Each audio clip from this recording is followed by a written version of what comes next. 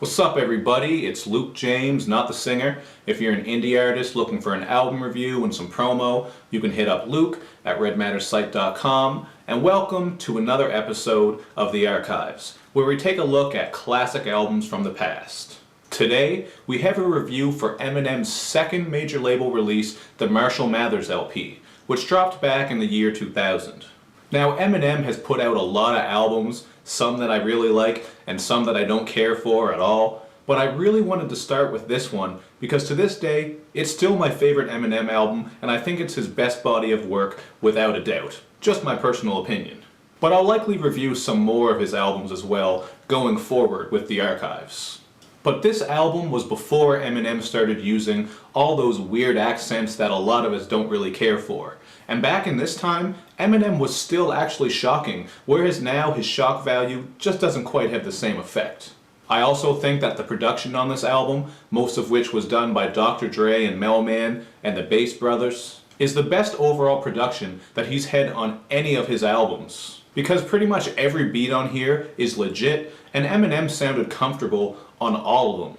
But after you watch this review, hit me up in the comments section and let me know what some of your favorite Eminem albums are. And if you're feeling extra ambitious, feel free to give me a list of Eminem's albums from best to worst, because I'm curious to see what you guys can come up with.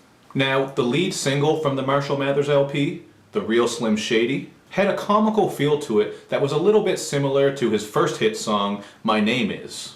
It's also one of those quintessential Eminem tracks. I mean, he kills Dr. Dre on here, fires some shots at Will Smith, addresses his critics, and flosses some of his best lyrical dexterity, all while making us laugh and hit the rewind button. But what I really remember is hearing the song Kill You for the first time, because the beat sounded like nothing else that was out at the time. And to this day, it's still one of those songs that as soon as you hear those first couple of seconds, you know exactly what song it is. It also had some ridiculous, questionable lyrics, like when he spit about raping his own mother. And it was content like that, and the entire song Kim, where Eminem vividly kills his ex-wife, that really caused a lot of controversy and had politicians, parents, and religious groups up in arms over Eminem's music. And to this day, Kim is still one of the most uncomfortable songs to listen to, if you ask me. Especially at the end when she's gurgling and he's begging her to bleed. It's just, man, it's messed up. And while there was a lot of misogynistic content on this album, there is also a lot of homophobic material too. Like on the wacky track Criminal, where the first half of the first verse is pretty much all gay slurs and jokes. But all that aside, this is another track that really blew me away, and still does blow me away, because the schemes and the delivery that Eminem is using on this track were on a whole other level. Not only that, but the whole song was humorous in its own twisted, over-the-top, sick way. Like the little skit in the middle, where Eminem just can't keep himself from killing the pleading bank teller. The Marshall Mathers LP wasn't just about controversial and offensive material, though. On the dark and introspective single, The Way I Am, Eminem addressed many things. From the media's obsession with him and the way they chose to portray him, to his upbringing, his creative process, and much more.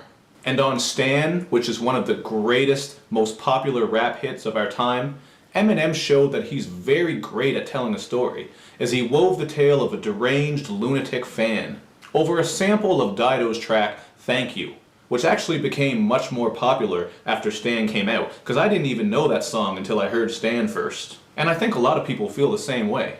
Now, feature-wise on the Marshall Mathers LP, Dina Ray sung on Drug Ballad, and that's always been one of my favorite Eminem tracks because of the pulsating beat and the impressive flows. Like when Eminem spit that, everything's spinning, you beginning to think women are swimming in pink linen again in the sink, then in a couple of minutes your bottle of Guinness is finished. You are now allowed to officially slap bitches. That shit was just crazy, and the whole song had tons of lines like that. And the song Remember Me with Sticky Fingers and RBX was just some of that bass-heavy, grimy, good old-fashioned punch-you-in-the-mouth hip-hop shit. There was also Amityville featuring Bizarre, which many people consider to be one of the weaker moments on the album, and I agree, and the posse cut with D12, Under the Influence, which was a solid track with a funny and catchy hook. To this day, I'm sure you still remember it. But Bitch Please 2, with Dr. Dre, Snoop Dogg, Exhibit, and Nate Dogg, was the ultimate posse cut. The original Bitch Please was on Snoop Dogg's No Limit album, Top Dog, but it's this second one that most people remember. The beat has that vintage Dre sound, everybody delivers great verses, especially Eminem when he's mocking Snoop Dogg, and with a hook from the late great Nate Dogg, you can put it all together. This was just a great track, and I still like this one a lot. Just like this whole album, I can put this album on and listen to pretty much any song on here and still enjoy it. Now to quickly go over some of the tracks that I missed, Who Knew was a great skewering of all the people who thought that Eminem was responsible for the actions of others, like impressionable kids for example. And on I'm Back, Eminem brought that classic Slim Shady sound just to let people know that he's still on the same wild shit from the Slim Shady LP.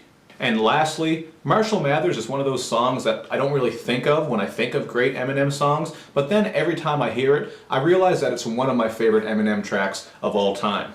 On this one, Eminem went into detail about what he was going through with his friends and family and just trying to deal with all this crazy success he has, and he also attacked a lot of musicians on this track too. He got at Vanilla Ice, addressed his beef with ICP, and took a lot of cheap shots at pop acts like NSYNC and Ricky Martin. And of course there was the classic rip on New Kids on the Block, where he used that flow from LFO's hit song, Summer Girls. And he did it all on a very smooth guitar beat. Really like this song. Marshall Mathers, underrated Eminem song if you ask me. So that's that. My favorite Eminem album, the Marshall Mathers LP.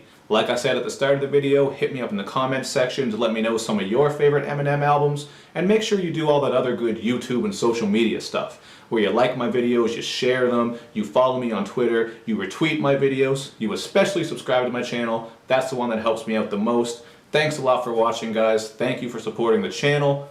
I'll see you next time.